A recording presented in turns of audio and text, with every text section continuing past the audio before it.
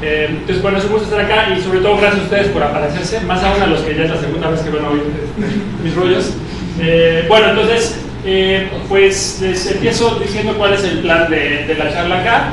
Voy a dividirlo en tres partes. Primero vamos a tener una parte de los antecedentes necesarios para llegar a donde quiero llegar. Vamos a hablar ahí de partículas, de campos, de cuerdas. Luego vamos a llegar a que les presente el área en la que mis colaboradores y yo trabajamos, que es un tema que se llama la correspondencia holográfica. Y en la parte final de la charla, en el último tercio, digamos más o menos, vamos a hablar de los temas justo que están en el título de la plática: quarks, ioneros y entrelazamiento. Ahora, como ya mencioné en el resumen de la charla, si tuvieron oportunidad de verlo, mi intención es dar una plática a un nivel muy general y muy básico.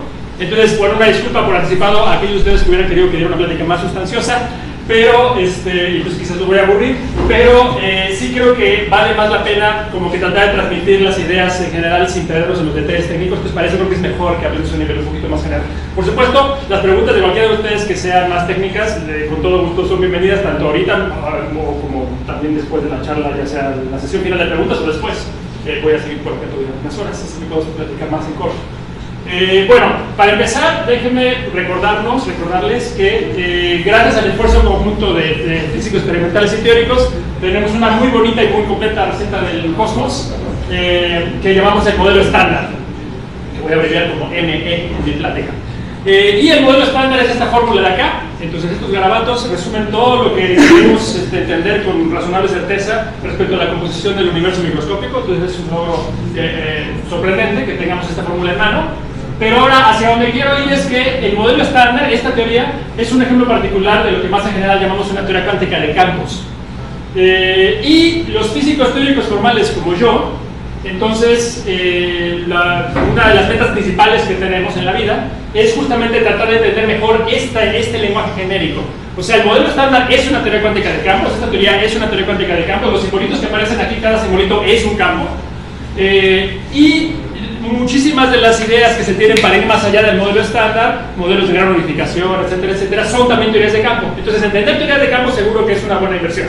Y la meta más importante, digamos, que podemos tener la gente que está en el aspecto no de fenomenología, sino de teoría formal, como yo hago, es justo como entender cuáles son los alcances de este lenguaje, cómo funciona, qué puede hacer por nosotros. Ok, ahora, ¿de qué se trata este lenguaje? Bueno, básicamente es lo que resulta de combinar la idea de que hay partículas con las reglas de la mecánica cuántica y con la relatividad especial. Si uno junta esos tres ingredientes y los revuelve, la mezcla que resulta es justo lo que se llama teoría cuántica de campos. Ahora, por el nombre, pues ya entenderán, ya sospecharán que el ingrediente estelar en este lenguaje es la noción de campo. ¿Y qué es un campo? Pues un campo es una propiedad del universo que puede tomar un valor distinto en cada lugar y además ese valor puede ir cambiando con el tiempo. Entonces, esa es la idea física, digamos, pero en términos matemáticos, pues lo que estoy diciendo es que un campo es una función, o sea, es una regla para asignarle a cada lugar en el espacio y en cada momento, me dan ustedes esos 4 números y yo les doy de vuelta uno o más números. Eso es lo que es un campo, más ni menos. Por supuesto, el ejemplo que más conocemos es el campo electromagnético. Entonces, pues hemos escuchado todos que un electroimán, como aquella imagen, va a generar un imán, una carga eléctrica, etcétera, modifica de cierta manera el espacio a su alrededor. Y para decir cómo es que se ve afectado el espacio a su alrededor, hay que dar números. En cada lugar damos 3 numeritos para el campo eléctrico y 3 numeritos para el campo magnético. Pues por eso es que este es un ejemplo de un campo. También, probablemente ya muchos de ustedes saben, podemos dar estos 6 números en cada lugar y en cada momento, o podemos economizar y dar más 4 números en cada lugar, que son el potencial escalar. Creo que bueno, no importa, eso no es un gran punto. El asunto es nada más que damos números en cada lugar y entonces, por ejemplo, si voy y me fijo en este instante, en este momento, pues daría una lista de 4 números. Si me fijo en este instante, en este otro momento, bueno, en el mismo momento, doy una lista de 4 números, etcétera. Y esa colección de números desperdigados por todos los rincones del universo, eso es lo que es ni más ni menos el campo electromagnético, que es un ejemplo de un campo, el ejemplo que más familiar nos resulta.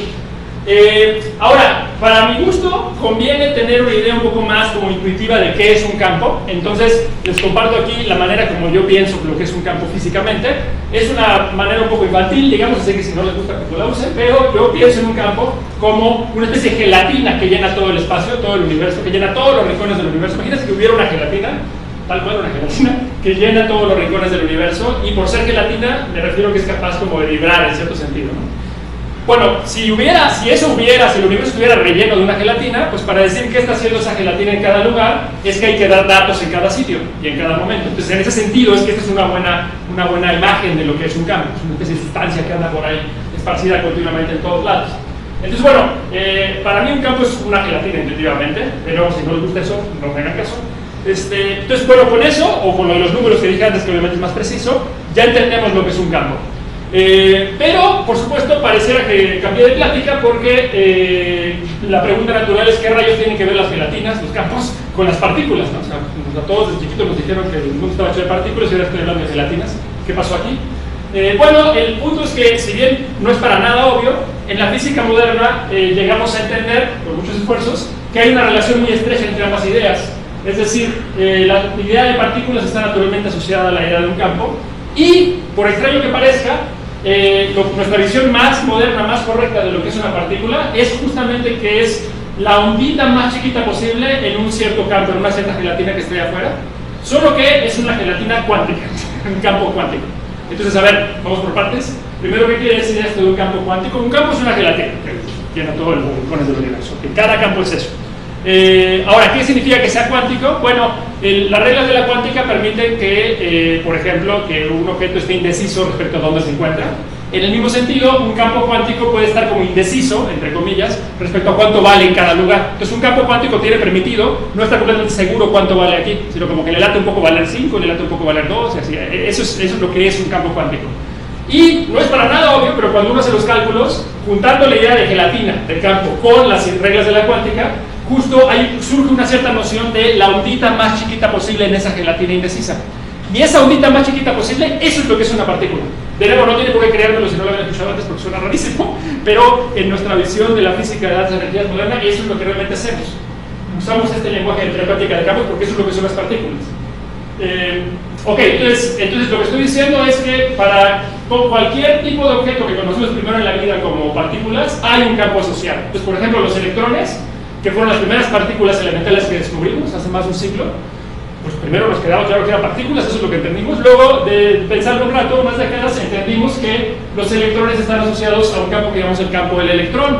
¿Qué es el campo del electrón? Pues, como todos los campos en la vida, es una gelatina que llena todos los rincones del universo y que es capaz de vibrar. Y lo que estoy diciendo, y parece que estoy loco, pero lo que estoy diciendo es que cada electrón, cada vez que decimos aquí tenemos un electrón, por ejemplo, cada uno de los cuatrillones de electrones que tengo en mi mano, no es ni más ni menos que la ondita más chiquita posible que puede haber en esa gelatina que está por todos lados.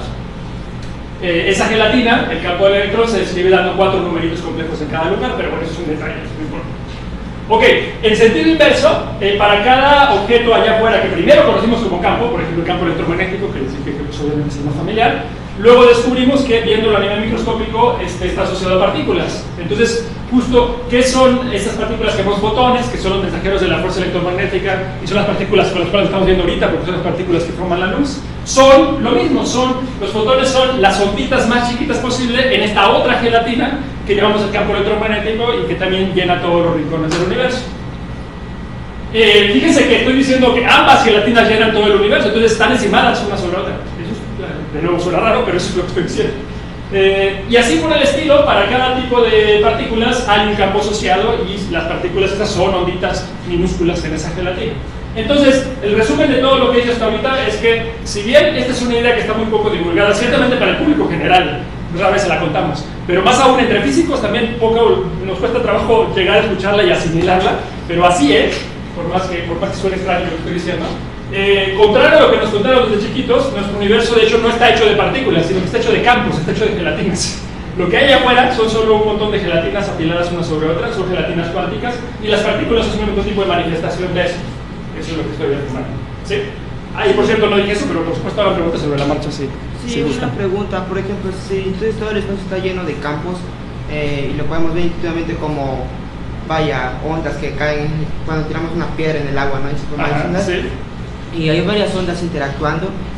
Las ondas forman, al momento de chocar unas con otras, pues supongo que en cierto instante forman una onda chiquita, ¿no? Entonces podemos ver algo así como la interacción de campos, al analizar la onda más chiquita como la formación de una nueva partícula. Exacto, sí, sí, gracias, estás adelantando la plática. Sí, exactamente eso. O sea, todo lo que hay allá afuera son gelatinas y onditas en las gelatinas. Eso es todo lo que hay. Quizás nadie se los haya comunicado antes, pero así está la cosa. Eso es lo que uno ve en un libro, eso es lo que uno aprende en un libro de teoría cuántica de campos, en el posgrado. Aunque de todos modos después uno trabaja similar, que eso es lo que uno está diciendo. Pero justo a donde voy es a lo que tú dices. A ver, creo que justo lo que voy a decir ahora es exactamente plasmar lo que tú acabas de decir. Si no, vuelve a detener, pero creo que es justo eso. O sea, justamente pensemos en cómo es que se hablan estas onditas. Digamos, imagínense por un momento que el universo solo tuviera estos dos campos, solo tuviera la gelatina del electrón y la gelatina de electromagnética. ¿Sí? ¿Se quiere sentar? Ok, bueno. Describimos esto con matemáticas, por supuesto, no nada más hacemos dibujitos de gelatinas. Déjenme darles un ejemplo de eso. ¿Cómo se ve la teoría que describiría solo el campo del electrón hablando del campo electromagnético? Bueno, esa teoría es parte del modelo estándar y se llama electrodinámica cuántica, o QED por sus siglas en inglés. En esa teoría hay una fórmula que nos dice cuál es la energía de esos dos campos combinados y se ve esquemáticamente así. Entonces aquí les quería dar más una vaga idea de cómo leemos esa fórmula. Conociendo este lenguaje podemos deducir de aquí la siguiente física que les voy a tratar de describir aquí. Bueno, primero nos fijamos en este término de acá, y este término de acá solo involucra el campo electromagnético. De ahí, conociendo este lenguaje podemos leer cuál es la probabilidad de que un fotón, que es la ondita más chiquita posible en este campo, se traslade de un lado a otro sin pelar a nadie más. Eso es lo que leemos de aquí. Luego, de estos dos términos similarmente que solo involucran al campo del electrón, leemos cuál es la probabilidad de que un electrón, la ondita más chiquita posible en esa gelatina, se propague de un lado a otro sin pelar a nadie más. Pero la cosa más interesante está en este tercer término, o cuarto término, este último término, que involucra a ambos campos a la vez, que es por la dirección que tú estabas hablando. Este tiene al campo electromagnético y le está hablando al campo del electrón. Lo que quiere decir este término es que si la energía depende de este producto acá, eso básicamente lo que nos está informando es que estas dos gelatinas, al estar encimadas unas con otras, una sobre la otra, están también como adheridas entre sí. Y entonces cuando tengo onditas en una, puede ser, hay cierta probabilidad de que esa ondita se escurra en parte a la otra gelatina, porque está ahí en el mismo lugar, pero está como adherida. Bueno, en particular, entonces, si nos fijamos en las onditas más chiquitas posible, que es lo que tú estabas diciendo, eso hace posible este proceso, que vaya un electrón por ahí, que es una ondita en la gelatina del electrón, y de pronto empiece a hacer vibrar a la gelatina del campo electromagnético, produciendo esta ondita más chiquita posible, que es un fotón. Entonces, el hecho de que como partículas, aquí se está creando una partícula, es nada más, en términos de las gelatinas, algo más fácil de entender. O sea, suena muy raro, y nos tenemos que acostumbrar, esa idea sí la han oído mucho, de que las partículas se pueden crear y destruir, eso suena raro, pero en términos de onditas en gelatinas, pues no es nada más misterioso que lo que mencionaste tú, de que si avientas una piedra en un estanque, pues creas ondas, ¿no? Es exactamente lo que está pasando acá. Pero bueno, lo que más quería enfatizar en esto es que tenemos una fórmula para describir estas cosas, y en esta fórmula, quien leemos de aquí, digo, la probabilidad de que esas partículas se abren entre sí, o sea, de que un electrón absorbe o emite un fotón, y esa probabilidad está controlada por este numerito que aparece aquí enfrente, esta E, que de hecho pues, es la carga del electrón, la carga pues, significa eso, pero entonces la carga es el numerito que nos dice qué tan probable es que los electrones y los fotones se abren entre sí de manera básica.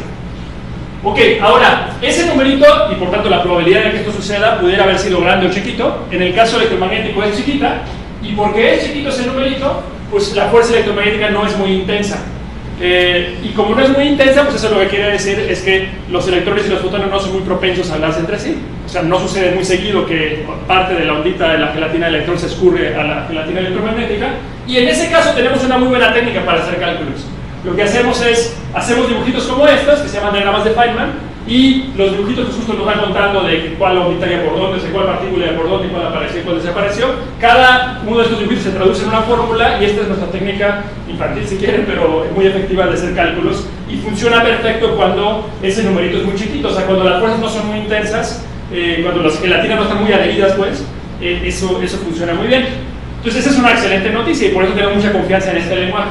Pero la mala noticia es que cuando las partículas sí son muy propensas a interactuar, o sea, cuando estamos en el caso donde ese numerito de enfrente, o el análogo de la carga eléctrica, es grande, o sea, están muy adheridas las gelatinas entre sí, las partículas son muy propensas a hablarse entre sí, las fuerzas son muy intensas, en ese caso, esta técnica no funciona. ¿Por qué no funciona? Pues básicamente porque esta técnica es una serie de Taylor en potencias de ese numerito, y pues la serie de Taylor sobre un numerito muy grande no tiene sentido. Bueno, entonces en ese caso perdemos nuestra técnica de visualización y perdemos nuestra técnica de cálculos, estamos completamente fritos y no sabemos cómo hacer cálculos, no porque no tengamos la fórmula correcta, sino porque nosotros no somos brutos y no sabemos hacer esos cálculos. y necesitamos entonces nuevas herramientas, así que esa es una situación en la cual no sabemos qué hacer. Si hablamos de fuerzas intensas, pues nos viene a la mente la fuerza fuerte, que existe allá afuera, que es la más intensa en la naturaleza, y es doblemente importante para nosotros porque es responsable de la existencia de los núcleos y del brillo de las estrellas. Cuando hablamos de la fuerza fuerte, hablamos de dos tipos de partículas, se vuelven relevantes dos tipos de partículas, los quarks, que son los bloques básicos de materia que siente la fuerza fuerte, y los gluones, que son análogos de los fotones, las partículas que transmiten la fuerza fuerte. Bueno, lo que estoy diciendo es que en muchas circunstancias de interés los quarks y los gluones son muy propensos a interactuar, se hablan mucho entre sí, o sea, la fuerza fuerte es muy intensa y por eso se llama así. Un ejemplo de ello es, si tomamos nada más un protón, solemos decir que un protón o un neutrón está hecho de 3 quarks, pero eso dista mucho de ser la verdad. La realidad es que estos 3 quarks están hablando con la fuerza fuerte y tienden mucho a pelarse entre sí, entonces el protón en realidad se luce más como esto. Hay un montonal de gluones y quarks y antiquarks y todo que están apareciendo ahí alrededor de estos 3 quarks para conformar el protón y para mantener ensamblados estos 3 quarks. O sea, un solo mísero protón de lo que estamos hechos, de los cuartillones de lo que estamos hechos, es una cosa complicadísima. Y no podemos entenderla a nivel de fórmulas porque es una situación donde las fuerzas son muy intensas, no sirven los diagramas de Feynman. Para hablar de esto tenemos por supuesto una fórmula, de hecho otra parte del modelo estándar justo describe al campo del quark interactuando con el campo del gluón. Eso es la parte del modelo estándar que se llama cromodinámica cuántica, que tenemos una teoría cuántica de campos, QCD por sus siglas en inglés. Y esquemáticamente la fórmula para la energía de estos campos pues es más o menos parecida a la que les puse antes de QED, tiene unos términos más ahí, qué sé yo. Tiene aquí este numerito F, que es el que es análogo a la E, bueno yo le llamé F de fuerza, análogo a la E del eléctrico, y ese numerito puede ser grande en muchas circunstancias, es lo que estoy diciendo. Entonces fíjense lo que pasa aquí, vale la pena enfatizarlo, tenemos la fórmula correcta para hablar de la fuerza fuerte, eso no tenemos duda, pero a pesar de que la conocemos en muchos casos de interés, por ejemplo, si quieren estudiar un mísero protón, no sabemos hacer cálculos con él. Ok, entonces esa es una limitación que tenemos dentro de lo que ya entendemos, dentro de la fórmula que ya tenemos domesticada, que es el modelo estándar, pero también hay otro tipo de problema, que es, hay preguntas que el modelo estándar mismo no responde. O sea, el modelo estándar no es tan completo como quisiéramos, hay cosas allá afuera que no describe, y en particular no describe cuál es el origen de la gravedad. Entonces, la gravedad entendemos a nivel de cosas grandes, la entendemos muy bien gracias a Einstein, como probablemente todos han escuchado.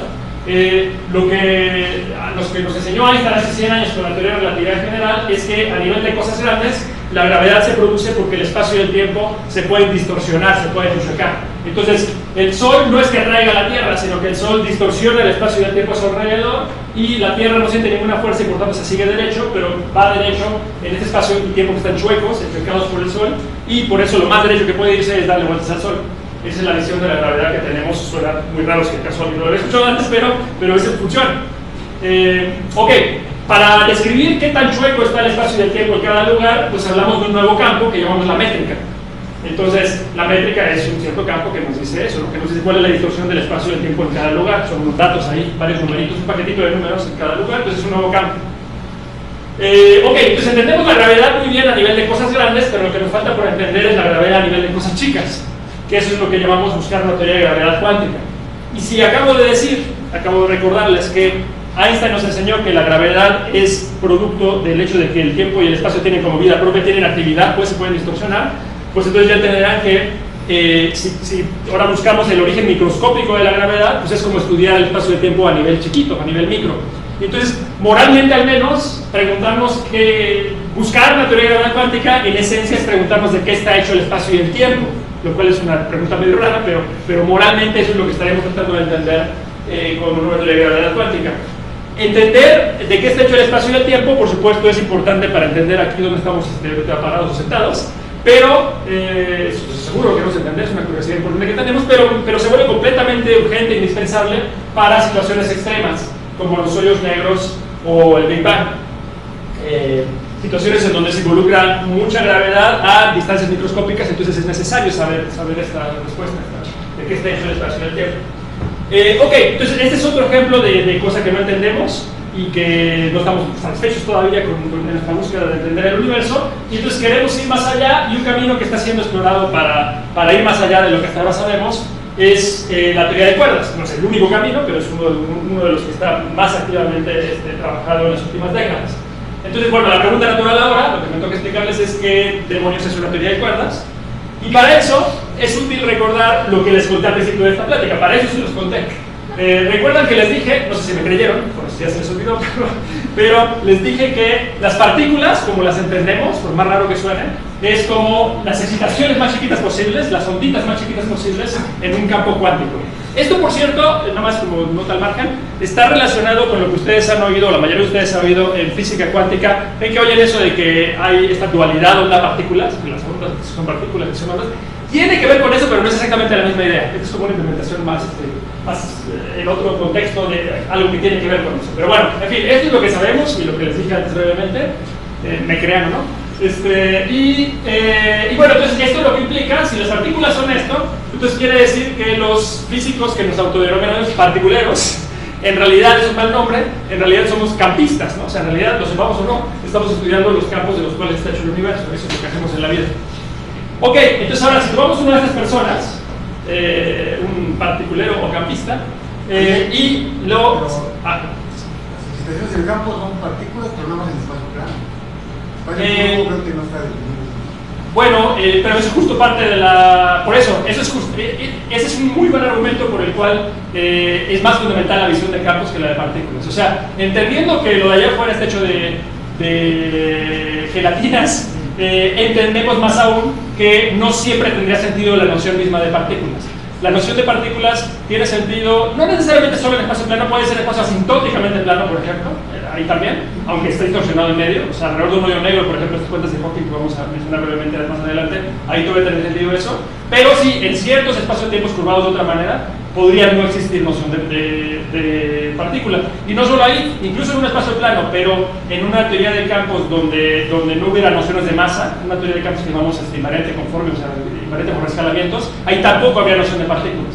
Pero eso justo más abona a mi causa, o sea, digo, gracias por la aclaración porque hace más preciso mi enunciado, pero abona más en la dirección que pocas veces comunicamos entre nosotros, que el mundo realmente está hecho de campos. O sea, es más fundamental la visión de campos que la de partículas. Las partículas son solo un cierto tipo de manifestación. No estoy diciendo que no existan las partículas, solo estoy diciendo que son un cierto tipo de manifestación de los campos.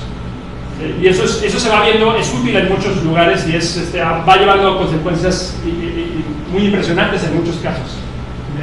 Como una es justo la que mencionas, que en los casos curvos hay que pensarle más para ver qué significa la noción de partículas.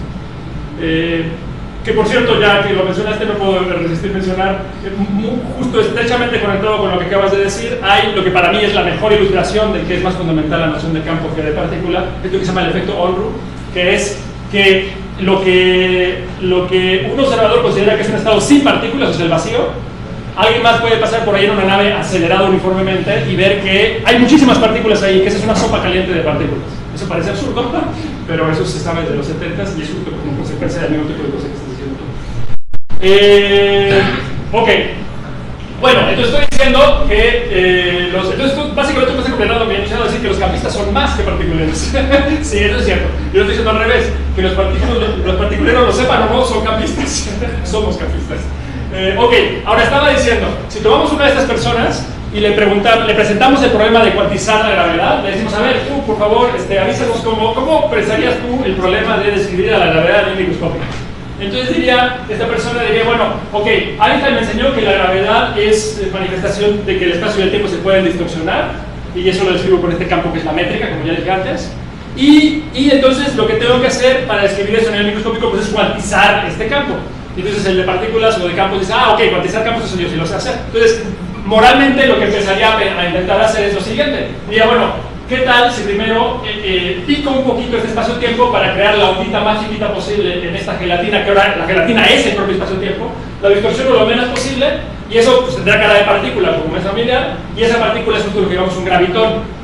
Un gravitón es la distorsión, la ondita más chiquita posible en este campo que es la métrica, o sea, en el propio espacio-tiempo, pues la ondita más chiquita posible, la ondita gravitacional más chiquita posible, si quiero decirlo así, es lo que llamamos un gravitón y tiene cara de partícula.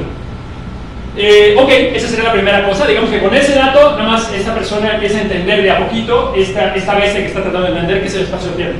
Una vez que entendió eso, puede hacer lo siguiente, puede decir, bueno, ¿qué tal si ahora hago experimentos en donde aviento gravitones entre sí? Digamos que aviento uno contra otro y veo qué tan probable es que me salgan 3 o 4 o 6 o lo que sea. Y con eso parecería que está hablando de particulitas que se mueven en el espacio-tiempo, pero como estas particulitas son especiales, como son distorsiones del espacio-tiempo, de ese campo que es el espacio-tiempo. Entonces, realmente con este tipo de experimentos o de cálculos estaría aprendiendo cómo se habla el espacio-tiempo a sí mismo. Y pues podría ir viendo que se habla como Einstein dice, etc. No sé, esto se podría funcionar así. Entonces, bueno, el particulero o campista lo empezaría a pensar así, el problema de cuantizar la gravedad. Es una buena idea en principio, o sea, no es que esto resuelva todos los problemas, pero es lógico, viable, digamos, pero el problema es que muy rápidamente encuentra problemas en este camino. Básicamente le empiezan a salir infinitos que no sabe bien cómo lidiar y ya no sabe qué hacer. Bueno, quería entrarle por aquí porque esta intuición me sirve mucho para pasar a responder la pregunta que hice, que es ¿qué es una teoría de cuerdas? Bueno, una teoría de cuerdas, de nuevo, así a nivel por esquemático y así, básicamente lo que sucede es lo siguiente: en una teoría de cuerdas reemplazamos el espacio-tiempo por una estructura que es bastante más complicada. O sea, el espacio-tiempo está empaquetado en automático en esta nueva teoría dentro de algo que es como un espacio-tiempo cuerdero, digamos, un espacio-tiempo más complicado. Para efectos de lo que vamos a decir aquí, nada más déjenme darle un nombre que es un nombre que se usa a veces, aunque no necesariamente es el nombre, pero llamémosle un campo de cuerdas, nada más por decir algo. Y nada más por dibujar algo, pongamos aquí una caricatura como que es un espacio-tiempo decorado con cosas encima de cierta manera, ¿no? Es una versión más complicada, más rica del espacio-tiempo. Eso es más o menos la idea que tengo. Ok, entonces en teoría de cuerdas queremos entender esta bestia, es la bestia que está allá afuera y queremos entenderla. La mayoría de los cuerderos somos hijos de particuleros o campistas. Entonces, naturalmente, pues lo que nos viene a la mente para tratar de entender esta bestia es la misma estrategia que acabo de describir, que es, bueno, para empezar al menos, piquemos solo un poquito esta bestia para no molestarla y veamos qué tipo de excitaciones tiene. Bueno, cuando hacemos eso, picamos un poquito esta versión cuerdera del espacio-tiempo y lo que resulta es que ahora le sale algo que tiene cara de cuerda, ¿no? De partícula. Esa es la diferencia. Este como campote que está ahí atrás tiene sus excitaciones, ahora no tiene cara de puntitos, sino cara de curvitas. Esto es lo que llamamos cuerdas. Ok, entonces eso es lo que entendemos. Ahora, porque son cuerdas, no solo pueden moverse como lo podría ser una partícula, sino que pueden vibrar de diferentes maneras. Y eso hace que vistas desde lejos parezcan puntitos, como cualquier cosa vista desde lejos, pero dependiendo de cómo esté vibrando parecerán partículas de distintos tipos. Todas son excitaciones de esta cosa con la que empezamos. Empezamos con una cosa, que es esto, la picamos un poquito para que no se moleste todavía, y sale una cuerdita ahí chiquita, y tiene muchas diferentes maneras de vibrar esta cosa, y son entonces diferentes maneras de vibrar de lo que está acá. Cuando hacemos los cálculos, que por supuesto es importante hacer los cálculos, encontramos que las diferentes maneras de vibrar de esta cosa tienen cara de lucen como distintos tipos de partículas vagamente similares a electrones o fotones, etc. Y entre los cálculos descubrimos, para nuestra sorpresa, para nuestro agrado, que una de las maneras de vibrar esa cuerdita siempre da lugar a algo que tiene cara precisamente de gravitón, o sea que es la excitación más chiquita posible del espacio-tiempo, como dije antes. Y entonces eso justo es lo que justifica lo que yo afirmé desde un principio, que es que esta bestia que estamos estudiando, y que la estamos excitando un poquito, incluye el espacio-tiempo como un objeto dinámico, como un objeto que se puede distorsionar, porque aquí lo estamos apenas distorsionando a poquito. Este modo de vibrar de esta cuerda, específica que da el gravitón, es un modo de vibración de lo que está ahí atrás. Entonces, por este camino, y haciendo cálculos, repito, no nomás diciendo dibujitos como yo hice aquí, resulta que, inesperadamente, la teoría de cuerdas, sin haberlo mandado pedir, se vuelve un muy buen candidato para una teoría de la gravedad cuántica. La mayor virtud de la teoría de cuerdas es esa, que nos da un camino que parece prometedor, no es el único, pero parece un camino que parece prometedor para describir a la gravedad del microscópico, que es una tarea pendiente que tenemos. Ahora, quiero enfatizar, lo que estamos diciendo entonces es que en una teoría de cuerdas, el universo, en lugar de estar hecho de muchas gelatinas diferentes, de muchos campos diferentes, que eso es lo que nos dice el modelo estándar, el universo como lo entendemos hoy en día es, en sí mismo el espacio-tiempo es una gelatina, la métrica, y encima de eso hay muchas gelatinas, la del electrón, la electromagnética, etc. El modelo estándar nos dice que hay una serie de gelatinas ahí, ¿no? Eso es la visión actual. Bueno, la teoría de cuerdas, en un universo descrito por la teoría de cuerdas, solo hay una como gelatina allá afuera, solo que es una gelatina como más potente, digamos, es una sola como supercapote ahí, o megacampo, o como el multicampo, o multigelatina, o como le quieran llamar, ¿no? Gelatina tutti frutti, como quieras decir. Ok, y muchas veces, casi siempre, al menos a nivel de divulgación, se enfatiza como si estudiar cuerdas, como que la teoría de cuerdas, el tema es estudiar las cuerdas, ¿no? Parece lógico. Pero ahora estoy tratando de transmitir, gracias a que entendimos lo que dije antes, o bueno, al menos lo esbocé brevemente, que las partículas entendemos que no son importantes en sí mismas, son importantes como manifestaciones de lo que está allá afuera, que son los campos. En ese mismo sentido, en la teoría de cuerdas no es nuestra misión en la vida entender las cuerdas, ese no es el punto. Nos interesan las cuerdas solo porque son la excitación más chiquita posible de esta bestia que está allá afuera. Ese es nuestro interés. Nuestro interés es estudiar esta cosa que está allá afuera, que es como un campo más potente. Ok. Bueno, justamente de la mano de esto, tenemos la siguiente consecuencia. Pues obvio, pero acabo teniendo la siguiente consecuencia. Si yo apenas aquí para producir una cuerdita lo que hice fue excitar lo menos posible a esta versión cuerdera del espacio-tiempo, esta versión como decorada o más rica del espacio-tiempo, invertí solo un poquitito de energía, le piqué solo un poquito y le salió una cuerda. Eso es lo que estábamos estudiando. Bueno, uno naturalmente se puede preguntar qué pasará si le invierto más energía y produzco una excitación grandota de esa cosa que está allá atrás. Bueno, eso se logró entender a mediados de los 90, se nos cambió por completo la visión de lo que era la teoría de cuerdas, porque resultó que esta bestia que está allá atrás tiene otras excitaciones grandes, que son objetos extendidos en distintos números de dimensiones y que son muy pesados, y que colectivamente le llamamos a todos branas. Entonces, a ver, lo que hacemos aquí es usar un numerito para decir en cuántas dimensiones está extendido nuestro objeto. Entonces, por ejemplo, una cerobrana es nada más una manera dominguera de decir que tenemos un puntito, o sea, una partícula. Una unobrana es un objeto extendido en una dimensión, es una curvita, una cuerda. Pero ya de aquí en adelante hacemos cosas nuevas. Una dosbrana sería como una hoja, como la membrana de un globo o así. Un buen nombre sería una membrana, y justo de membrana tomamos la parte de brana para generalizar, porque como en cuerdas tenemos dimensiones para dar y regalar, pues puede haber también tres branas, o sea, objetos extendidos en tres dimensiones, como si quieren como bloques de gelatina, como ustedes lo quieran pensar, y que por cierto, una tres branas sería un muy buen lugar para vivir nosotros, tal vez vivimos en una de esas, y luego hay 4 branas, 5 branas, 6 branas, hasta 9 branas, lo que ustedes se quieran imaginar. Bueno, estos objetos lo único que necesito que recuerden en mente es que son objetos que son parte de la teoría de cuerdas, o sea, eso ya sabemos desde los 90, la teoría de cuerdas no es solo una teoría de cuerdas, pero todos tienen esta propiedad en común que todas son excitaciones de la única cosa que hay allá afuera. O sea, sigue siendo cierto que allá afuera hay una sola cosa que no entendemos de todo todavía en un universo hecho de cuerdas. ¿Sí? Entonces, comparándolo, bueno, regresando más o menos, haciendo la comparación con el caso inicial de que teníamos las perturbaciones del campo, el nivel más pequeño era la partícula. Sí. Entonces, ¿qué son los siguientes niveles? Porque el nivel, digamos, el nivel 0 de la perturbación de campos. Ajá, o sea, si quitas un poquito más la gelatina, dices. Ajá, sí, es muy buena pregunta. Básicamente lo que pasa es, no sé si se va a entender para todos ahorita y en particular para ti, pero lo que sucede es que, no sé cuántos ya han visto la historia de cuantizar el oscilador armónico. Pero cuando lo hacen encuentran que puede estar sin excitar, o puede uno ir al primer nivel excitado o al segundo nivel excitado, así, y la energía va subiendo como en saltitos, ¿no? De manera discreta. Bueno, exactamente eso pasa con estas gelatinas. Lo que estoy llamando la ondita más chiquita posible es la que tiene la energía mínima posible por encima de no hacer nada. Luego es el segundo nivel excitado de esa gelatina, etc. O sea, hacer ondas cada vez más grandes. Pero tiene una interpretación muy curiosa y quizás inesperada en términos de partículas, que es justo lo que tú preguntas, que es lo siguiente. Digamos, yo tengo una ondita en esta gelatina y si llevo esa ondita, esa nota, digamos, de mi gelatina, que es resulta ser un oscilador armónico cuando uno se la cuenta, en un caso sencillo, si la llevo a la ondita más chiquita posible, eso es una partícula con un cierto momento específico. Si la llevo al segundo nivel excitado, o sea, si mi gelatina, mi ondita es un poquito más grande, más potente, digamos, tiene el doble de energía, lo que es, aunque suene curioso, es que tengo ahora 2 partículas con el mismo momento. Y si voy al tercer nivel excitado, tengo 3 partículas con el mismo momento, y así sucesivamente. Entonces, sí, para todo, o sea, eso también tiene una descripción.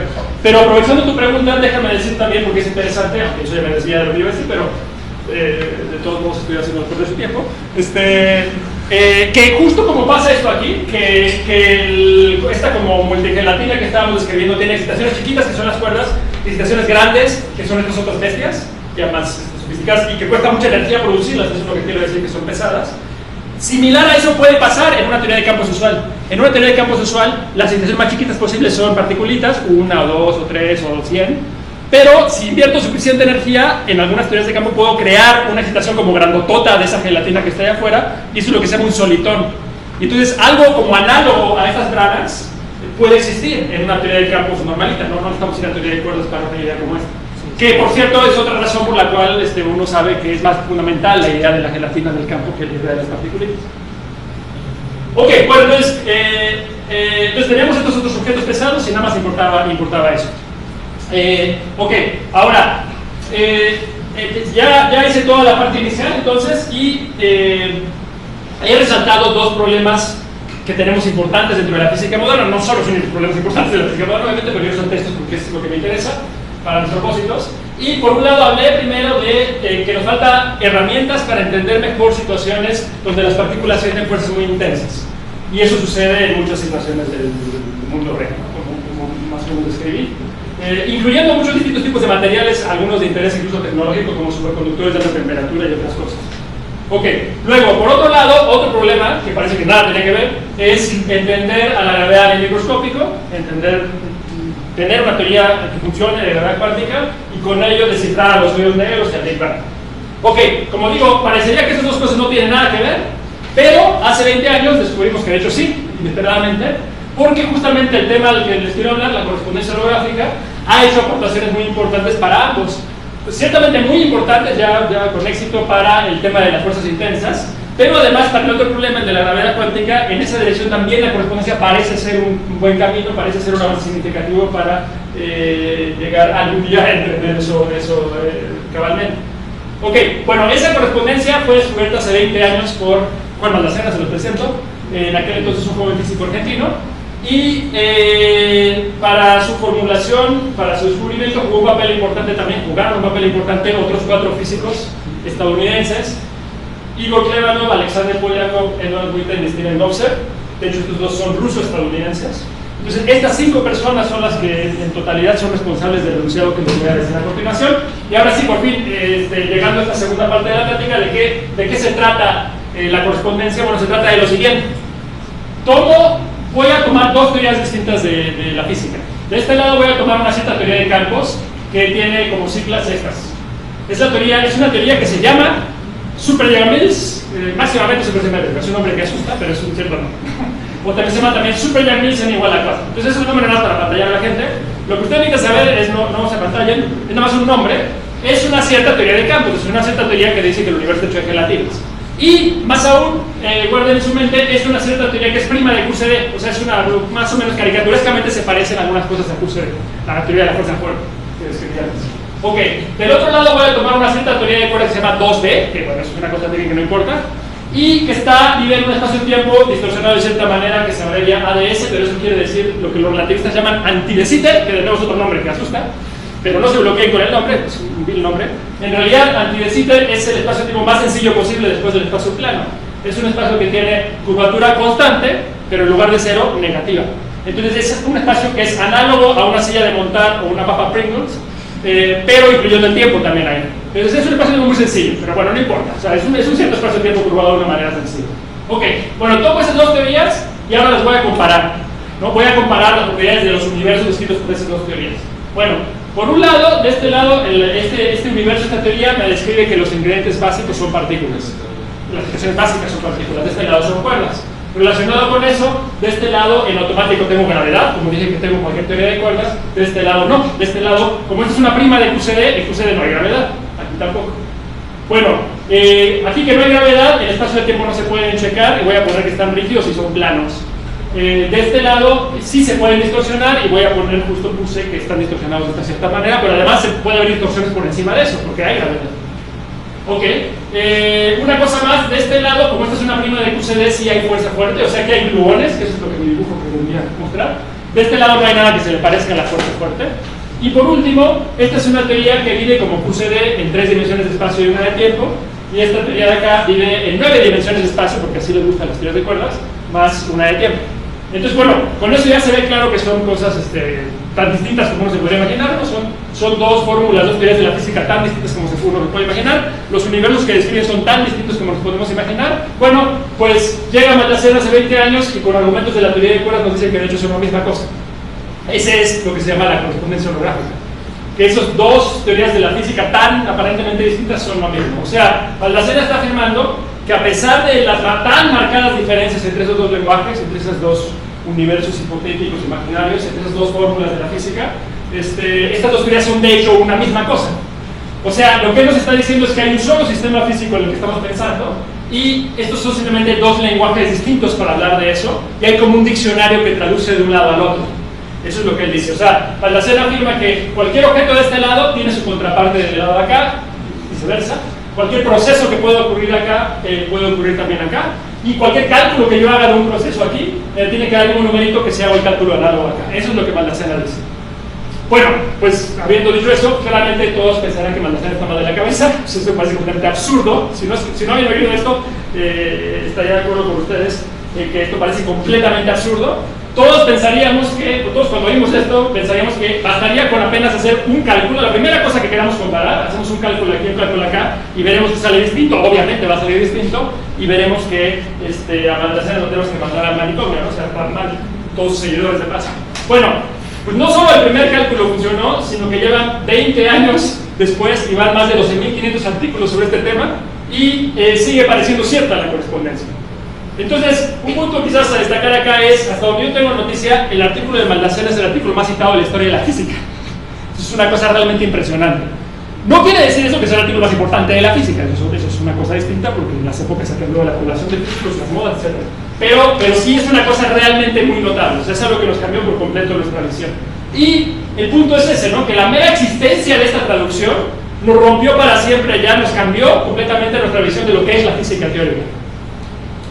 Ahora, yo presenté, como lo hizo Maldacena primero, un cierto ejemplo de una teoría de campos aquí y una teoría de cuerdas acá, pero no solo es cierto para ese par particular de teorías que tenemos. Resulta que con los años hemos encontrado un catálogo enorme de parejas de teorías, una teoría de campos y una teoría de cuerdas que son iguales al estilo de lo que mostró Maldacena, una y otra vez.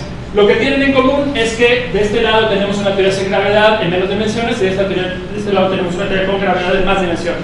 Y a pesar de esas diferencias tan drásticas, una y otra vez son iguales. Entonces no es nada más una casualidad así que había unas teorías exóticas de la física que esta propiedad tenía, sino que tenemos un montón de ejemplos. Mejor aún, algunos de los ejemplos de nuestro catálogo empiezan a tener cierto parecido con aspectos de nuestro universo. Entonces ahí la cosa se pone todavía más emocionante. Y de hecho, el diccionario que traduce de un lado al otro, este diccionario mágico de Maldacena, tiene esta peculiaridad. Traduce cálculos difíciles de este lado, justamente esos cálculos que les decía que no son imposibles de hacer, que involucran fuerzas intensas, en cálculos que son tan sencillos de este otro lado que hasta yo los puedo hacer. Entonces, con eso, la correspondencia se volvió una herramienta muy útil. Además de ser sorprendente, además de ser absurda, además de ser cierta, se convirtió en una correspondencia, una herramienta muy, muy útil. Y quiero enfatizar aquí fíjense que la teoría de cuerdas, si empezamos haciendo cálculos sencillos acá y vamos en esta dirección, la teoría de cuerdas no se está usando para esta meta más famosa que es tratar de entenderlo todo de un solo jalón, incorporar el modelo estándar. No estamos haciendo eso. Simplemente estamos usándola. Pueden pensar ustedes en la teoría de cuerdas como una herramienta, si quieren una herramienta matemática, si quieren decirlo así, para dormir tranquilos, que nos sirve para entender cosas que antes no entendíamos en el lenguaje de campos. Entonces eso es lo que está pasando acá, un tipo de ejemplos que voy a destacar. Y una lección importante de esto es que para entender campos hay que entender cuerdas. Eso no era obvio antes. O sea, hasta antes de Maldacena pensábamos que había dos tribus diferentes de físicos. Unos eran los campistas o particulares, otros eran los cuerderos, y pues cada quien hacía su negocio. Ahora sabemos que somos una sola tribu, todos somos campistas. Las teorías de cuerdas son teorías de campos reescritas, eso es lo que son. Y no solo eso, sino que para entender teorías de campos, que todos estamos de acuerdo que eso hay que entender, hay que aprender teoría de cuerdas, hay que entender teoría de cuerdas. O sea, a la fecha, después de Maldacena, nadie puede ya decir que la teoría de cuerdas está desconectada del lenguaje que usa la física y que necesita la física para escribir. Eso no es cierto. O también nadie puede decir que a ver si algún día la teoría de cuerdas da algún resultado que sirva para algo. No, ya pasó que la teoría de cuerdas dio este resultado que ya nos ha permitido entender cosas que antes no entendíamos. O sea, la correspondencia ya para siempre va a ser una herramienta que está escrita en los libros de texto y que se puede usar de aquí en adelante. Entonces eso ya ocurrió. Ahora, una cosa quizás más drástica es, si vamos en la dirección opuesta, fíjense que Maldacena nos promete que empezando con una descripción sin gravedad y por tanto sin el misterio de qué está hecho el espacio y el tiempo, podemos traducir este lenguaje y obtener una teoría de gravedad cuántica. Entonces eso está todavía más canijo.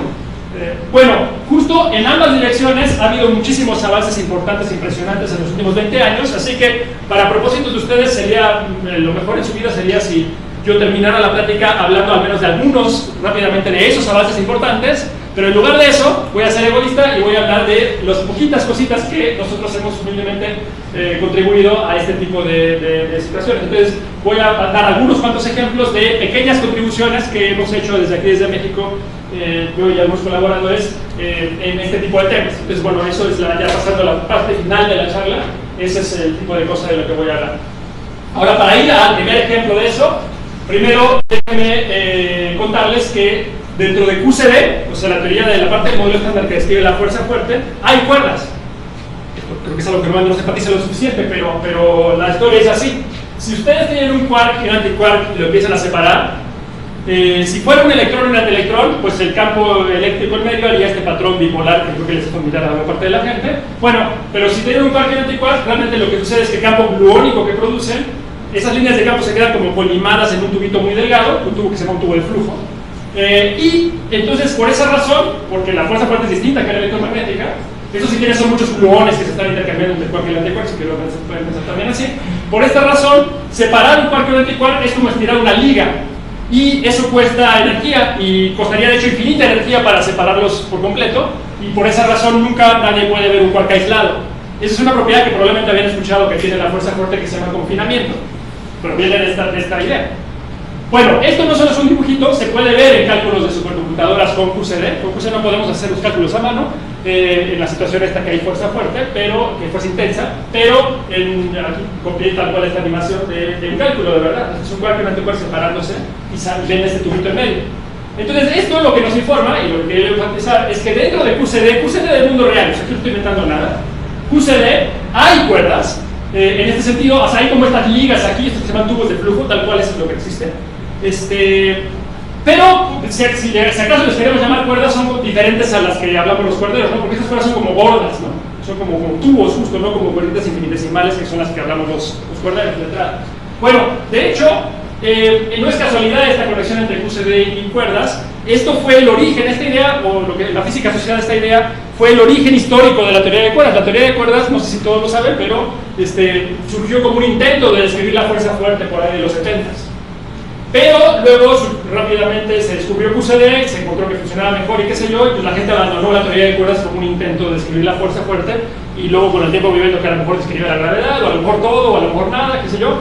Entonces, décadas después, lo que llegamos a aprender con Maldacena es que en realidad esta conexión no era casualidad, no estábamos tan mal cuando estábamos pensando eso, porque justo en la correspondencia sucede lo siguiente. Sucede que si empiezo en la teoría de partículas, en la teoría prima de QCD o alguna que se le parezca, y pongo un quark y un antiquark, eso el diccionario de Maldacena lo traduce precisamente en una cuerda. Una cuerda que, recuerda que yo dije que este espacio tenía más dimensiones que el de acá. Bueno, en particular tiene una dimensión que voy a llamar aquí radial R, y que llega hasta casa del diablo, o sea, llega hasta infinito, pero para dibujarla aquí, lo pongo como un techo de mi dibujo, ¿no? Esto está lejísimos, la frontera del espacio está lejísimos, pero bueno, la pongo como este techo rosa aquí. Y específicamente un quark y un antiquark es una cuerda que cuelga con sus extremos, ambos extremos en ese techo, o sea, hasta casa del diablo. Pues. Eso es lo que es el diccionario Maldacena. Parece que me lo inventé yo aquí de la manga, pero tiene sus razones de ser. Entonces, eso entendemos. Y para ser más específicos, en realidad el quark y el antiquark son los extremos de la cuerda, y la cuerda misma lo que codifica es el campo gluónico generado por el quark y el antiquark. Eso es un tema que justo lo vamos a enfatizar. Y, ok, pero entonces la física de cada lado se traduce de esta manera. De este lado lo que estoy diciendo es que agarro una cuerda con sus extremos hasta casa del diablo y cuelga ahí debajo. La manera como cuelga, pues depende de cómo está distorsionado el espacio-tiempo. ¿Eso en qué se traduce de este lado? Bueno, significa que el perfil del campo gluónico, que eso es lo que codifica la forma de la cuerda, depende de cuál prima de QCD consideremos, porque en distintas primas de QCD el espacio-tiempo está distorsionado de distinta manera de este lado. Bueno, en particular, si tomamos una prima de QCD que sea más o menos cercana, que tenga esta propiedad de que hay tubos de flujo, o sea que hay confinamiento, que no se puede separar el quark y el antiquark, lo que sucede, el espacio-tiempo distorsionado acá está enchuecado de tal modo que tiene como una especie de piso, de tal modo que cuando voy separando el quark y el antiquark, voy como que tendiendo cuerda a esa profundidad, y esta cuerda que está aquí, eso es exactamente lo que es la traducción del tubo de flujo. Entonces, la sorpresa aquí, si se alcanza a entender lo que dije para no escribir brevemente, es que la cuerda de QCD, esta cuerda de acá, esta cuerda que sí existe en el mundo real, son exactamente las mismas cuerdas de las que estamos hablando de los cuerderos. No son otra cosa. Esa conexión se debe a eso, se debe a la correspondencia de Maldacena en última instancia.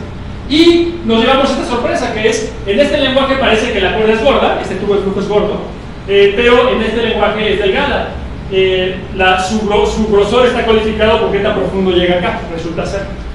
Más aún, esta cuerda de acá, este tubo de flujo vive en 3 dimensiones, pero este de acá vive en más dimensiones. Y otra sorpresa más, este tipo de cuerdas no solo existe en teorías que son, en teorías de campos que confinan, como QCD y por tanto en tubos de flujo, sino que también existen teorías donde no hay confinamiento, teorías donde sí es posible aislar a un quark. Lo que sucede ahí es que en esas teorías el espacio-tiempo está distorsionado de tal modo que no tiene un piso, y entonces cuando voy separando el quark y el antiquark, la cuerda cada vez llega más y más profunda en el interior, y por esa razón no cuesta una energía infinita separarlos. Bueno, eso significa que el perfil acá del campo único está esparcido de cierta manera y no hay confinamiento, pues. Ok, ahora, de nuevo, todo esto no es nada más que uno pueda hacer dibujitos y argumentar así, suena bonito, sino que uno puede hacer cálculos. Y yo tuve la suerte de que la correspondencia se descubrió cuando estaba haciendo el doctorado. Entonces, como parte de mi tesis de doctorado, hice exactamente este cálculo. Separar un quark y un antiquark, con la receta de Maldacena, calcular acá cuál era la energía de esta cuerda, y más aún poner el perfil del campo gluónico traducido de vuelta, y salió este resultado. Y este resultado tiene la siguiente propiedad. O sea, esto lo que es voy poniendo un medidor del campo gluónico. Este es como el eje mu del electromagnetismo, pero al cuadrado. O sea, como el campo eléctrico y magnético al cuadrado, digamos, pero el campo asociado a la fuerza fuerte. Lo mido y si me voy muy lejos de esta distancia, muy lejos, sale que decrece como la distancia a la séptima potencia. Que noten, no sé si todos lo saben o lo recuerdan, eso se compara, si hicieras tener una cuenta en el caso electromagnético, esto básicamente es un dipolo, ¿no? Sería una carga eléctrica positiva y una negativa. Bueno, el campo de un dipolo en F, o sea, el campo eléctrico, decae como en la distancia al cubo. Entonces en F al cuadrado decaería como la distancia a la sexta. Entonces, nosotros hicimos esta cuenta y nos pareció curioso que salía casi esto, pero séptima. Y digo, bueno, pues quién sabe, pues eso es lo que sale. Entonces, no era obvio si esto estaba bien o estaba mal, pero digo, bueno, pues esa es una predicción de la correspondencia de Maldacena. Podría ser que sí, no sabemos. Bueno, ¿cuál sería la sorpresa? Que unos años después, esta gente examinó este cálculo de vuelta y logró argumentar, logró entender del lado de campos que de hecho exactamente este comportamiento es el que se espera. O sea, digamos, esta predicción se verificó después de que la calculamos nosotros. Y ese apenas les da un pequeño ejemplo de cómo uno empieza a agarrarle confianza a estas ideas, ¿no? O sea, parece completamente absurdo que una cuerda tiene que ver con este de acá, y resulta que uno va, calcula y luego un montón de veces hay verificaciones. Bueno, siguiendo con este tema, justo en una teoría así, en la cual sí se permite, no hay confinamiento, entonces se permite tener un quark solo y el reposo pues corresponde a una cuerda quietecita ahí vertical nada más en este dibujo. Pero pues eso es muy aburrido, hagamos algo más interesante. ¿Qué tal si yo agarro ese quark y lo jalo de tal modo que lo acelero y por tanto espero que radie, o sea que aviente gluones, que radie campo gluónico? Bueno, ¿eso qué significa del otro lado? Significa que la punta de la cuerda, que eso es lo que es el quark, la llevo por esa trayectoria acelerada. ¿Qué va a pasar entonces? Pues que la cuerda va colgando detrás y se propagan ondas sobre la cuerda. Y a partir de esas ondas sobre la cuerda, que de nuevo es una cuenta muy fácil, se puede calcular el patrón de radiación del quark acá. Entonces, de nuevo, es una cosa que empecé durante mi doctorado y luego visitamos en varios lugares un par de momentos después y salen resultados interesantes. Una cosa más, si en realidad esta cosa está radiando, pues va perdiendo energía, y porque va perdiendo energía esperemos que se frene, ¿no? Que siente una fuerza como de frenado, de amortiguamiento, consecuencia de que está perdiendo energía. Bueno, ese cálculo acá sería imposible de hacer cuando las fuerzas son muy intensas. Pero traducido al otro lado, otra vez pasa este milagro y es una cosa sencillísima, que es el quark es la punta de la cuerda, el campo gluónico es el cuerpo de la cuerda. ¿Y por qué es que el campo gluónico frena el quark? Bueno, por la sencilla razón de que la punta de la cuerda trae colgando al cuerpo del campo y esa especie de cola que tiene la cuerda en la punta es lo que es responsable del efecto de frenado. Ok, y de nuevo, no solo es que uno puede decir esta historia, sino que la puede calcular. Hicimos el cálculo para ver cuál era justo el ritmo de frenado de un quark así, y obtuvimos esta fórmula, que es una fórmula famosa en la historia de la física. Hace un siglo más, Lorentz primero y luego Dirac escribieron esta fórmula. Este pedazo de acá es la fórmula de Lorentz y Dirac para decir cómo una partícula con carga eléctrica clásica, cuando se va moviendo y se acelera, radia campo electromagnético y por tanto pierde energía y por tanto se va frenando. Bueno, la expresión para eso la escribieron en un trabajo clásico famoso, Lorentz y Dirac. Esta es la ecuación de Lorentz y Dirac, que de entrada, repito, es una ecuación para el electromagnetismo clásico. Eso es lo que es. Bueno, ¿cuál no sería la sorpresa? Nosotros hicimos el cálculo de una vil cuerda en un espacio-tiempo distorsionado. que se supone que es un cálculo cuántico en esta teoría con fuerzas intensas, no sé qué. Bueno, esta teoría prima de QCD. Bueno, de nuestro cálculo aquí baboso, sencillo, salió exactamente la fórmula de Lorenz y Dirac. O sea, la cuerda sabe sobre Lorenz y Dirac de alguna manera. Pero mejor aún todavía, la ecuación de Lorenz y Dirac es muy famoso que tiene problemas, tiene patologías. O sea, puede pasar, por ejemplo, por esa ecuación que un electrón se acelera solito. La fórmula que sale de la teoría de cuerdas, de la correspondencia, es mejor porque en cierto límite se reduce a Lorenz y Dirac, pero tiene correcciones que no indiqué aquí, y esas correcciones hacen que la ecuación que sale de cuerdas sea bien comportada, que no tenga patologías. Entonces, esta cosa es más lista que nosotros, usted sabe lo que tiene que estar haciendo. Ok, entonces este es otro palomeo, digamos, para la correspondencia. En el tiempo oficial me quedan solo 5 minutos. ¿Prefiere que me acelere en lo que resta? Ustedes digan, como quieran, no quiero abusar de su tiempo. Entonces, con las preguntas que un poquito, nos esperamos, pero también tienen calor y hambre, pero no quiero torturarlos. Ustedes díganme, porque me falta hablar de. No me falta mucho, pero me falta, para cumplir con lo que prometí en el título, me falta una seccioncita de hoyos negros y luego una toalla más chiquita de entrelazamiento. Podríamos, si quieren, saltarnos el entrelazamiento por completo, pero déjame decir rápido al menos los hoyos negros. Y bueno, les pregunto de vuelta cuando termine esto. Ustedes con confianza saben que me falta uno. Siéntenme cuando gusten. Ok, bueno, ahora pasando al otro tema del título, otro de los temas del título, un hoyo negro, como creo que todos saben, es una región donde hay mucha gravedad, es decir, donde el espacio del tiempo se ha distorsionado tanto que nada puede escapar, ni siquiera la luz.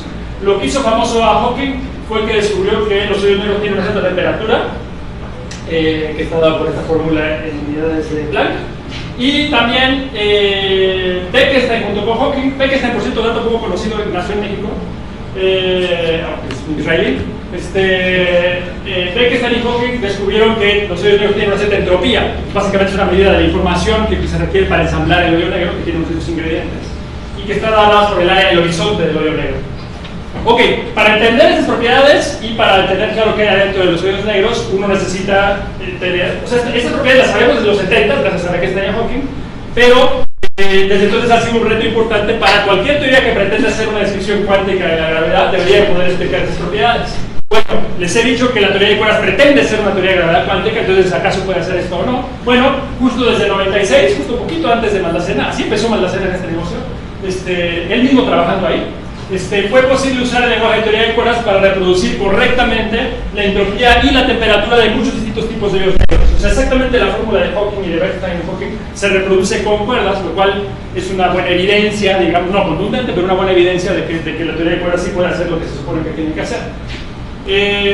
Ahora, la idea básica, nada más muy rápidamente, es que uno construye el hoyo negro con los ingredientes que tienen cuerdas, apilando ahí branas. Acuérdense que las branas de son muy pesadas, que se apilan con muchas, pues eso distorsiona el espacio-tiempo y puede producir un hoyo negro. Bueno, arma su hoyo negro a su gusto, pues, y como conoce los ingredientes, puede contabilizar la entropía, la temperatura, etcétera, y las cuentas salen.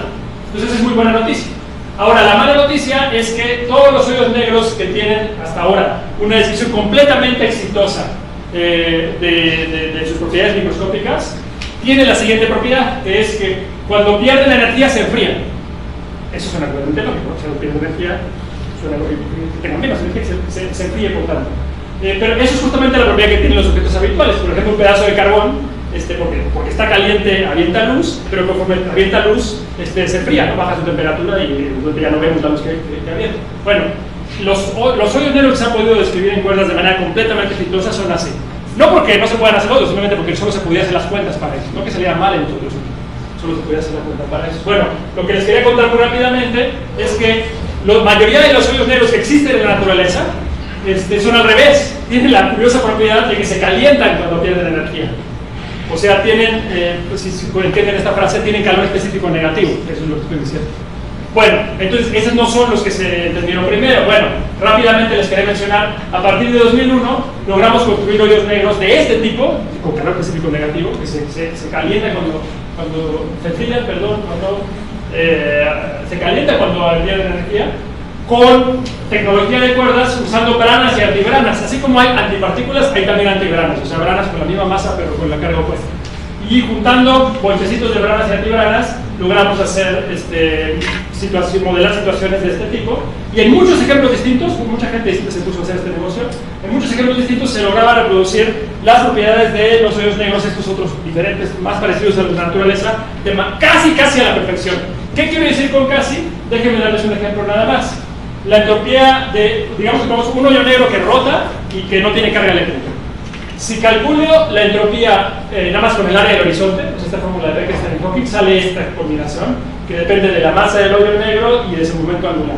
Bueno, ¿qué pasa si calculo con este modelito que inventamos nosotros, con branas y antibranas, con información de la correspondencia y con un par de suposiciones que metimos ahí que parecían razonables pero son suposiciones? Nos sale esto, que es exactamente lo mismo, ¿ven? Con todo y el 2, el 5 y el pi y todos los por exactamente lo mismo, salvo un maldito factor de 2 a la 3/4 de frente que hasta la fecha nunca logramos entender, ni nosotros ni nadie logró entender. Entonces, bueno, claro, aquí no podemos cantar victoria por completo porque eso está mal, pero está tan cerca de estar bien, o sea, es impresionante que está tan cerca de estar bien que queda la sospecha de que andábamos por buen camino. Ok, entonces eso en cuanto a entender hoyos negros en general, pero déjame decir una cosa más. Dentro de la correspondencia holográfica, una de las dos teorías tiene gravedad y por tanto podemos tener hoyos negros ahí. Bueno, Maldacena nos dice que un hoyo negro lo podríamos describir en términos de algo que no involucra la gravedad, traduciendo a otro lenguaje, ¿no? ¿Qué es ese algo? No es obvio, pero resulta ser simplemente una sopa caliente de gluones. Entonces Maldacena dice que para entender un hoyo negro basta con entender una cosa mucho más pedestre que es una sopa caliente de partículas. Entonces eso parece interesante. Pero de hecho se ha usado más esta conexión en la otra dirección, que es hacer cuentas fáciles de este lado y entender la situación acá en la cual hay fuerzas muy intensas que antes no entendíamos. Se ha usado esto para entender lo que se llama el plasma de quarks y gluones, o QGP por sus siglas en inglés. Aquí tienen contacto con Alice. Alice se dedica a estudiar el plasma de quarks y gluones. Es una sopa de millones de grados de temperatura, o sea, 100.000 veces más caliente que el centro del Sol. Esta gente hace maravillas. Y las fuerzas ahí son muy intensas y estudiarlo es interesante en particular porque es el estado de la materia millonésimas de segundo después del Big Bang. Bueno, como tiene fuerzas muy intensas no se sabe calcular ahí. Ha habido muchas aplicaciones, en particular nosotros estuvimos en ese negocio juntando básicamente las dos cosas que les mencioné antes. Si la sopa caliente es un hoyo negro y si un quark antiquark, o sea un mesón, es una cuerda, pues nosotros dijimos, ¿qué tal si juntamos las dos? Y ponemos una cuerda moviéndose afuera de un hoyo negro, será como un mesón atravesando el plasma. Y eso es lo que les interesa a los experimentales. Entonces, bueno, hicimos un calculito ahí, que ya no me detengo a decir. Hicimos un calculito ahí con un numeritos que a lo mejor les interesa a los experimentales, aunque es una caricatura burda, obviamente, de lo que realmente quieren los experimentales, pero bueno. Y así por esta dirección hubo un montón de aplicaciones, hace unos 10 años y hasta la fecha, y en algunas veces participamos nosotros, participé yo con diversos colaboradores. Y así como se tuvo interés en esto, que por cierto, lo más exitoso en esta dirección fue que el cálculo de la viscosidad, o sea, la cajestosidad de esa sopa, eso es lo que más se parece al dato que está en el mundo real, que se estima en el mundo real. Y se han explorado otras aplicaciones similares a materiales con fuerzas intensas en otra rama de la física, como materia condensada de física atómica. Entonces también en esta otra dirección, y lo que yo considero como el argumento más poderoso para indicar qué tan exitosa han sido estas comparaciones es que varios expertos mundiales de la fuerza, de estas otras áreas, de la fuerza fuerte, del plasma de quarks y gluones, superconductores, o sea, gente de materia condensada, hecha y derecha, se han tomado la molestia de aprender ellos teoría de cuerdas para usar la correspondencia como herramienta en los temas de su interés. Entonces creo que todos entenderán que eso no pasa todos los días. O sea, si esta gente está invirtiendo su tiempo valioso en aprender teoría de cuerdas, es porque lo considera muy prometedor, muy valiosa esta herramienta para hacer cosas que antes no podían hacer. Esa es la medida del éxito que ha tenido la correspondencia. En ese sentido que les digo que es algo que ya funcionó. No es que si a lo mejor algún día va a funcionar, ya funcionó. No es solo una cosa que nos divierte a los de cuerdas, es una cosa, por eso tiene tal número de citas Maldacena, porque es una cosa que rompió los esquemas de la física teórica. Y en años recientes, la correspondencia, además de todo, hizo contacto con otra área más de la física, que es el área de información cuántica, particularmente con la noción de entrelazamiento. Entonces, bueno, la última partecita, que son como 4 transparencias, 5 transparencias, hace referencia a este entrelazamiento, pero si quieren ya le cortamos ahí porque ya me pasé 3 minutos de los 60, porque ustedes digan. Bueno, perdón por abusar de su tiempo. Una votación. Bueno, perdón por abusar de su tiempo, pero ya le falta poco. Ya nomás para cumplir con el último pedazo del título, vamos a hablar de entrelazamiento. Bueno, rápidamente. Sé que están cansados, así que rápidamente. El entrelazamiento cuántico, ¿a qué se refiere? Bueno, si tenemos un objeto cuántico, esto ya lo mencioné antes, pero no puse el dibujito. Si tenemos un objeto cuántico, es marciano en el sentido de que puede estar como indeciso, entre comillas, respecto, por ejemplo, a su posición. Entonces, si tenemos, por ejemplo, un electrón y 2 cajitas, Podemos colocar al electrón en una de las cajitas, en la de la izquierda, podemos colocarlo en la de la derecha, pero también podemos colocarlo las dos a la vez. En el sentido de que el electrón puede estar como indeciso, le late un poco, le late 30% estar por acá y le late 70% estar por acá. Está como dividido en dos cosas fantasmas, digamos, y anda como las dos a la vez. Eso suena muy raro, pero esa es la rareza básica de la mecánica cuántica. Ok, ¿eso qué quiere decir? Que si hacemos un experimento y vamos y medimos dónde está el electrón, 30 de cada 100 veces lo encontramos acá, 70 de cada 100 veces lo encontramos acá. Ok, eso si tenemos un objeto. Pero si tenemos dos o más, surge una novedad que es, bueno, con dos objetos cuánticos, podría ser que cada quien esté indeciso por su lado, y eso no es novedoso, pero una novedad es que podrían también compartir su indecisión. Entonces uno podría tener dos cajitas aquí para un electrón, dos cajitas para un protón, y podría ser que tenemos esta situación. Una situación en la cual hay 30%, hay estas dos partículas de late de 30%, que el electrón está en la cajita izquierda y el protón está en la cajita izquierda, y les late 70% que el electrón está en la derecha y el protón está en la derecha. Entonces, están indecisos los dos, y si me fijo solo en cada uno por separado no hay nada raro, es lo mismo de antes. Aquí 30 de cada 100 veces encontrará el electrón acá, 70 de cada 100 veces acá, y lo mismo aquí. Pero lo que es diferente que antes es que ahora está compartiendo su indecisión. En el sentido de que cada vez que yo encuentre el electrón aquí en la izquierda, este protón seguro también está en la izquierda. Y similarmente en la derecha. Entonces, o sea, imagínense su sorpresa, se están echando como volados aquí, y sale águila, está Salazar, acá también, y luego comparan con su amigo distante, y dicen, sí, pero está saliendo lo mismo, que aquí sale águila allá. Es como una conspiración. Bueno, esa como conspiración es justamente lo que se llama entrelazamiento, esa correlación en la indecisión, ese compartir la indecisión es lo que se llama entrelazamiento cuántico, o también se llama enredamiento o enmarañamiento cuántico, es lo mismo. Ok, bueno, ahora, el punto que quiero ir es que en los últimos años, eso de por sí es una idea de la física cuántica importante desde Schrödinger, desde este famoso artículo de Einstein, Podolsky, Rosen, etc. Una cosa muy conocida, ¿no? Pero lo que no es tan conocido es que apenas en las últimas décadas o 2 décadas se ha encontrado que en teoría cuántica de campos mismos es muy importante, muy interesante ver todo, reescribir todo con los ojos de entrelazamiento, o sea, preguntándonos qué tanto entrelazamiento hay en una teoría cuántica de campos. Ese no es el punto de vista habitual, pero se ha encontrado en años recientes. Está implícito ahí en lo que se hace habitualmente, pero se ha encontrado que es útil. Entonces, ¿qué es lo que se hace? Es agarramos una teoría cuántica de campos y nos fijamos en un estado particular de nuestros campos. Por ejemplo, en lo que llamamos el vacío. El vacío suena como que no hay nada, ¿no? Pero lo que quiere decir el vacío es agarramos nuestro universo hecho de gelatinas y el vacío es el estado donde esas gelatinas están en su estado con menor energía. Eso es lo que quiere decir el vacío. Ahí están las gelatinas, pero están haciendo lo que menos energía cuesta. En eso que mencioné antes del oscilador armónico es poner al oscilador armónico, todos los osciladores armónicos en su estado fundamental, en su estado base. Entonces no excitamos nada, pues eso es el vacío. Lo enfatizo esto porque si les digo que voy a ver entrelazamiento en el vacío, pues usted pensaría cómo va el vacío, que no hay nada, no sé quién va a estar entrelazado con quién. No, es muy importante y también relacionado con esto de que los campos están ahí, que los campos son fundamentales. Incluso en el vacío hay algo ahí, que lo que hay son las gelatinas. Las gelatinas están en su estado de menor energía, pero algo están haciendo. Entonces yo me puedo preguntar, puedo delimitar aquí una región y preguntarme qué tan entrelazado está el comportamiento del campo aquí adentro con lo de afuera. Bueno, una manera de calcular eso, y una cierta formulita, no importan los detalles, se llama la entropía de entrelazamiento. Es un nombre. ¿Qué tan correlacionado? Pues, ¿qué tanto se pusieron de acuerdo lo que está pasando aquí con el campo adentro con lo que está afuera? Eso es lo que yo puedo preguntar. Bueno, eso es algo que es interesante y útil calcular para campos, pero que es muy difícil de calcular. Incluso es difícil de calcular cuando las fuerzas son poco intensas, e imposible de calcular cuando las fuerzas son muy intensas.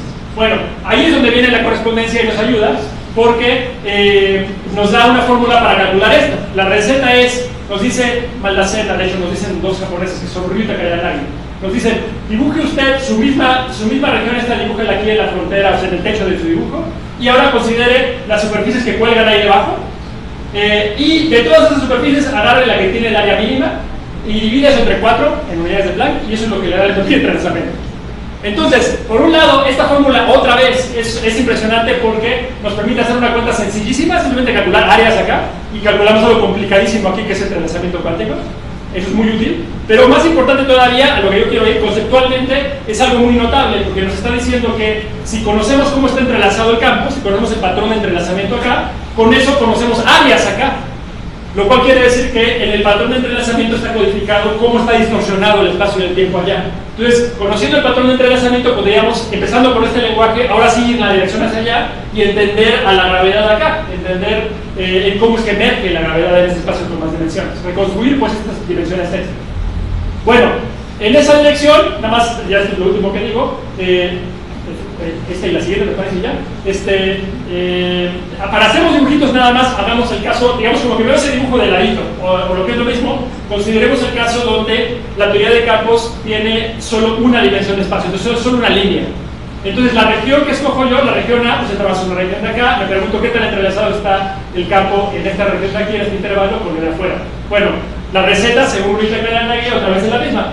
Considero una superficie que pone aquí abajo, pero superficie quiere decir una curva, y la de menor área quiere decir una curva de longitud mínima, es decir, una geodésica.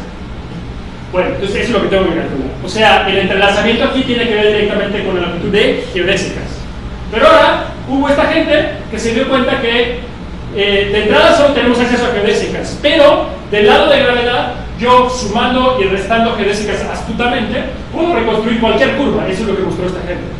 O sea, yo agarro cualquier curva como este círculo, de entrada no es una geodésica, y más aún no llega a la frontera, entonces de entrada nada que ver con Ruiz de Caranagui y con el entrelazamiento, pero ellos pudieron mostrar que sumando y restando geodésicas, todas las geodésicas que son tangentes a esto como están viendo acá, de manera astuta, o sea, sumando y restando entrelazamientos, pueden reconstruir cualquier curva como este círculo. Pero si pueden reconstruir una curva cerrada como esta, la pueden encoger a un punto y entonces pueden ubicar puntos aquí en el espacio de más dimensiones usando solo entrelazamiento. Y más aún pueden calcular distancias entre puntos y por tanto saber cómo está distorsionado el espacio y el tiempo, o sea, la métrica.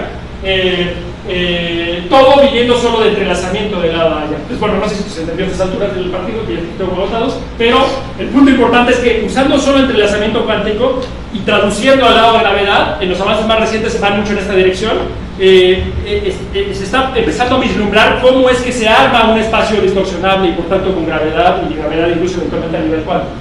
Bueno, justo en ese negocio es donde recientemente nosotros estamos apenas haciendo nuestros pininos, tenemos un cierto trabajo ahí, pero ya no les hablo de eso para no aburrirlos. Entonces, bueno, por eso es que tocaba eso. Ok, entonces ahora sí, ya terminando, hemos visto la teoría de cuerdas haciendo contacto con lo que prometí, ¿no? Que son quarks, hoyos negros, entrelazamiento, y bueno, ha hecho muchas cosas más con nosotros la teoría de cuerdas. Ya les dije que realmente los avances que se tienen en décadas de estudio de la teoría de cuerdas son completamente impresionantes. Espero que hayan podido vislumbrar eso a partir de esta plática. Y también les dije que, bueno, estaba siendo egoísta, pero yo en la última parte enfaticé apenas las poquitas cosas, las cosas que pobremente nosotros hemos aportado, pero como quiera nos han divertido. Entonces, en ese negocio hemos estado tanto yo como diversos colaboradores. Y por supuesto, no sería justo terminar sin agradecer a todos esos colaboradores, estudiantes, postdocs, profesores, etcétera, etcétera. Entonces, bueno, aprovecho aquí para dar gracias a todo ese grupo. Sabemos hablar, digamos, a todo el nombre de un grupo mucho más grande. Entonces, bueno, gracias una vez por su paciencia, perdón que me pasé en total 12 minutos, pero bueno, gracias por su paciencia, por venir acá, por aguantar el hambre. Gracias de nuevo a ustedes que me apoyaron 2 veces el día de hoy y ya me cayeron así. Gracias.